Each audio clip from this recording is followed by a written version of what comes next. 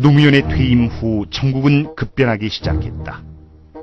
경제 살리기를 내세운 이명박 후보가 제17대 대통령으로 취임하면서 민주주의 원칙은 곳곳에서 붕괴되기 시작했다. 그러나 국민 여론의 귀를 막은 이명박 대통령의 불도저식 정책 추진 방식은 취임 석 달 만에 국민들의 격렬한 저항에 부딪히게 된다. 정부의 미국산 소고기 수입 결정에 항의하는 촛불이 전국으로 퍼져나간 것이다. 이명박 정부는 어떻게 이 위기를 돌파해야 할지 묘책을 마련하기에 고심했다.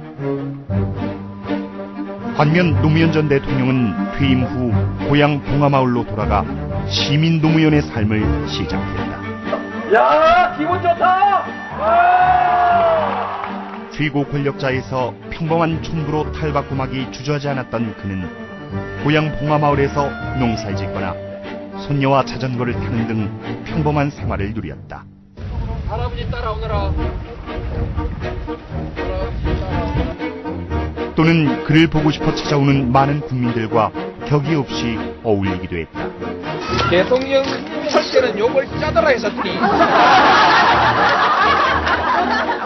일할 때는 욕을 짜더라 했었더니 일 안 하고 노니까 좋대요. 이러한 생활에 대해 노무현 전 대통령은 진짜 권력으로 돌아왔다고 표현했다.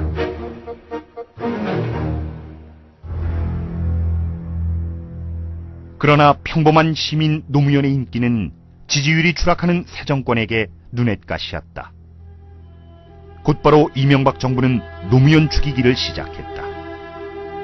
비판적인 여론에 대해 잘 되면 내 탓, 안 되면 노무현 탓이란 식의 변명은 단골 레퍼토리였다.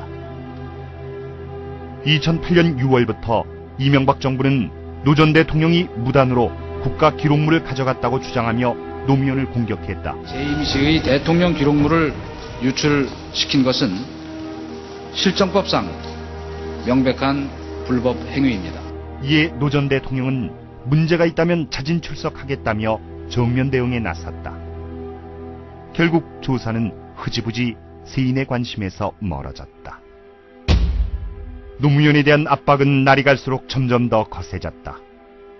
노 전 대통령의 인척과 친지들이 하나씩 검찰에 불려갔다. 7월 국세청이 노 전 대통령의 오랜 후원자인 박연차 태광실업 회장에 대해 대대적인 세무조사를 했다. 다른 후원자 강금원 창신섬유 회장도 세무조사와 검찰조사를 받았다. 12월엔 형 노건평 씨가 구속됐고 마침내 권양숙 여사까지 검찰조사를 받았다. 문제는 친인척 조사 과정에서 확인되지 않은 혐의 내용이 조금도 여과되지 않은 채 낱낱이 공개됐다는 사실이다. 권 여사가 박연차 회장에게 돈을 받은 사실을 몰랐다고 노 전 대통령이 진술했을 때 검찰은 이 사실조차 몰랐을 리 없다는 말까지 덧붙여 언론에 흘렸다. 무죄 추정 원칙에 대한 명백한 위반이다. 나아가 피의사실 공표에 해당하는 불법 행위를 검찰이 직접 자행한 것이다. 그러나 모든 언론은 검찰의 불법 행위나 무죄 추정 원칙 따위는 아랑곳 없이 검찰의 발표를 받아쓰고 재가공하기 바빴다. 검찰이 앞장서 끌고 언론이 뒤에서 밀며 노무현을 파렴치범으로 몰고 간 것이다. 검찰 수사가 길어지면서 정권의 필요에 따른 기획수사이자 편파수사라는 비판이 일어나기 시작했다. 검찰에서 그때그때 수사를 해서 거의 매일 브리핑했다 그러나요? 그리고 이제 기자들이 그걸 쓰게 되면은 그것이 이제 일반 대중은 마치 그것이 이제 진실처럼 보게 되는 것이죠. 그런데도 검찰은 무리하게 수사를 강행, 노무현을 궁지로 몰아넣었다. 현행법에 따르면 받은 금품에 상응하는 특혜를 제공하지 않았다면 뇌물수수죄는 성립되지 않는다. 더구나 포괄적 뇌물수수는 법조항이 아니라 판례의 형태로 존재할 뿐이다. 그런데도 검찰은 아무런 증거도 특혜를 준 정황도 찾아내지 못한 채로 노무현을 포괄적 뇌물수수 혐의로 소환하게 이른다. 노무현 전 대통령은 4월 30일 검찰에 출두했다. 5시간 20분에 달하는 상경길을 방송 3사는 헬기까지 띄워가며 생중계했다. 그의 마지막 외출이었다.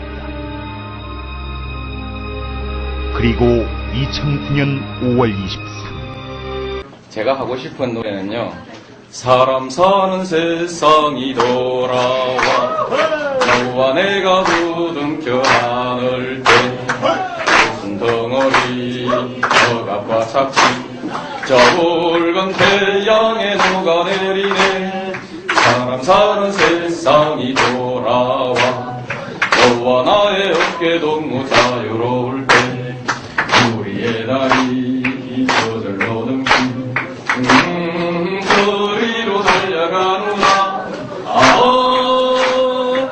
우리의 승리 죽어간 동지의 적은 눈물 이걸 거리는 눈빛으로 두려움 없이 싸워나가니 어머님의 맑은 웃음의 그날 위해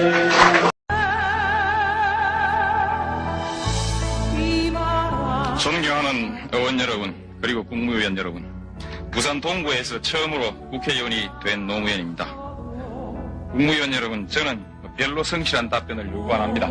성실한 답변을 요구해도 비슷하니까요. 청년 학생들이 죽어가는 것은 감옥에 가서 참여해야 될 사람들이 권력을 잡고 온갖 도둑질을 다 해먹으면서 바른 말하는 사람 데려다가 고문하고 죽이는 바람에 생긴 일이니까 그 사람들이 임명한 국무총리와 국무위원에게 무슨 대책이 있으리라고는 믿질 않습니다.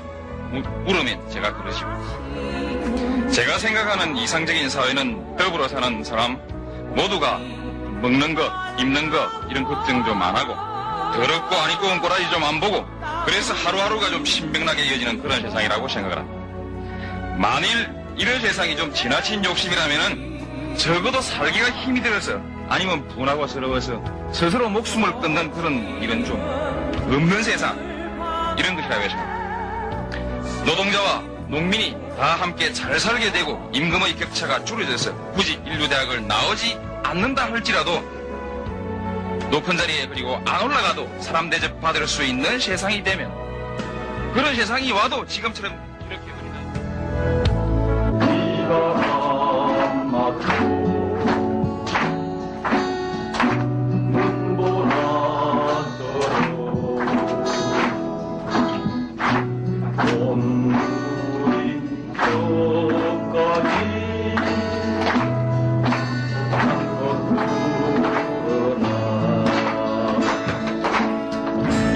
까먹었어요. 너무 긴다.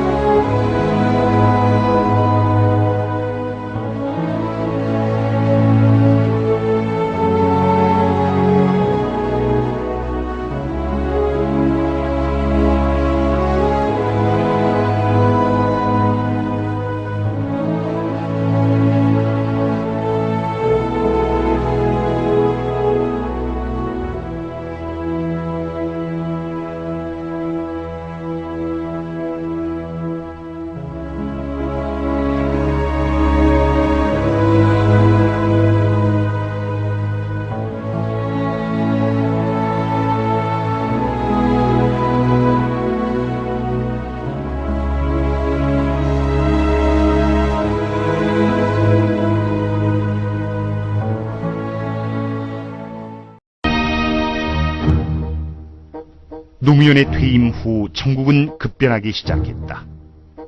경제 살리기를 내세운 이명박 후보가 제17대 대통령으로 취임하면서 민주주의 원칙은 곳곳에서 붕괴되기 시작했다.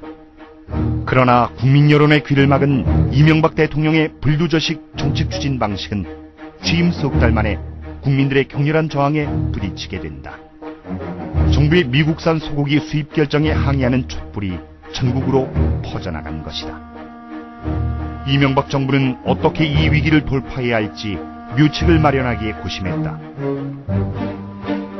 반면 노무현 전 대통령은 퇴임 후 고향 봉하마을로 돌아가 시민 노무현의 삶을 시작했다. 야, 기분 좋다! 최고 권력자에서 평범한 촌부로 탈바꿈하기 주저하지 않았던 그는 고향 봉하마을에서 농사를 짓거나 손녀와 자전거를 타는 등 평범한 생활을 누렸다. 할아버지 따라오너라. 또는 그를 보고 싶어 찾아오는 많은 국민들과 격이 없이 어울리기도 했다. 대통령 철새는 욕을 짜더라 했었더니. 국세청이 노 전 대통령의 오랜 후원자인 박연차 태광실업 회장에 대해 대대적인 세무조사를 했다. 다른 후원자 강금원 창신섬유 회장도 세무조사와 검찰조사를 받았다. 12월엔 형 노건평 씨가 구속됐고 마침내 권양숙 여사까지 검찰조사를 받았다. 문제는 친인척 조사 과정에서 확인되지 않은 혐의 내용이 조금도 여과되지 않은 채 낱낱이 공개됐다는 사실이다. 권 여사가 박연차 회장에게 돈을 받은 사실을 몰랐다고 노 전 대통령이 진술했을 때 검찰은 이 사실조차 몰랐을 리 없다는 말까지 덧붙여 언론에 흘렸다. 무죄 추정 원칙에 대한 명백한 위반이다. 나아가 피의사실 공표에 해당하는 불법 행위를 검찰이 직접 자행한 것이다. 그러나 모든 언론은 검찰의 불법 행위나 무죄 추정 원칙 따위는 아랑곳 없이 검찰의 발표를 받아쓰고 재가공하기 바빴다. 검찰이 앞장서 끌고 언론이 뒤에서 밀며 노무현을 파렴치범으로 몰고 간 것이다. 검찰 수사가 길어지면서 정권의 필요에 따른 기획수사이자 편파수사란 비판이 일어나기 시작했다. 검찰이 일할 때는 욕을 짜더라 했었더니 일하고 노니까 좋대요. 이러한 생활에 대해 노무현 전 대통령은 진짜 권력으로 돌아왔다고 표현했다.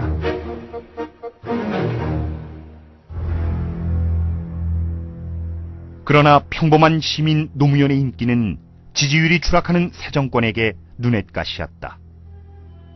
곧바로 이명박 정부는 노무현 죽이기를 시작했다. 비판적인 여론에 대해 잘 되면 내 탓, 안 되면 노무현 탓이란 식의 변명은 단골 레퍼토리였다. 2008년 6월부터 이명박 정부는 노 전 대통령이 무단으로 국가 기록물을 가져갔다고 주장하며 노무현을 공격했다. 재임 시의 대통령 기록물을 유출시킨 것은 실정법상 명백한 불법 행위입니다. 이에 노 전 대통령은 문제가 있다면 자진 출석하겠다며 정면 대응에 나섰다. 결국 조사는 흐지부지 세인의 관심에서 멀어졌다. 노무현에 대한 압박은 날이 갈수록 점점 더 거세졌다. 노 전 대통령의 인척과 친지들이 하나씩 검찰에 불려갔다. 7월 하늘 때 무슨 덩어리 억압과 착취 저 붉은 태양에 녹아내리네 사람 사는 세상이 돌아와 너와 나의 어깨 동무 자유로울 때 우리의 다리 저절로 넘기 저리로 달려가누나 우리의 승리 죽어간 동지의 뜨거운 눈물 이걸 거리는 눈빛으로 두려움 없이 싸워나가리 어머님의 맑은 웃음의 그날 위해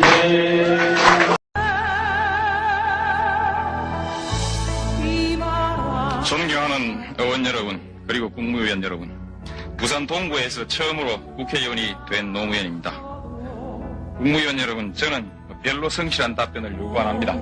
성실한 답변을 요구해도 비슷하니까요. 청년 학생들이 죽어가는 것은 감옥에 가서 참여해야 될 사람들이 권력을 잡고 온갖 도둑질을 다 해먹으면서 바른 말하는 사람 데려다가 고문하고 죽이는 바람에 생긴 일이니까 그 사람들이 그래서 그때그때 수사를 해서 거의 매일 브리핑했다 그러나요? 그리고 이제 기자들이 그걸 쓰게 되면은 그것이 이제 일반 대중은 마치 그것이 이제 진실처럼 보게 되는 것이죠. 그런데도 검찰은 무리하게 수사를 강행, 노무현을 궁지로 몰아넣었다. 현행법에 따르면 받은 금품에 상응하는 특혜를 제공하지 않았다면 뇌물수수죄는 성립되지 않는다. 더구나 포괄적 뇌물수수는 법조항이 아니라 판례의 형태로 존재할 뿐이다. 그런데도 검찰은 아무런 증거도 특혜를 준 정황도 찾아내지 못한 채로 노무현을 포괄적 뇌물수수 혐의로 소환하게 이른다. 노무현 전 대통령은 4월 30일 검찰에 출두했다. 5시간 20분에 달하는 상경길을 방송 3사는 헬기까지 띄워가며 생중계했다. 그의 마지막 외출이었다. 그리고 2009년 5월 23일 제가 하고 싶은 노래는요. 사람 사는 세상이 돌아와 너와 내가 부둥켜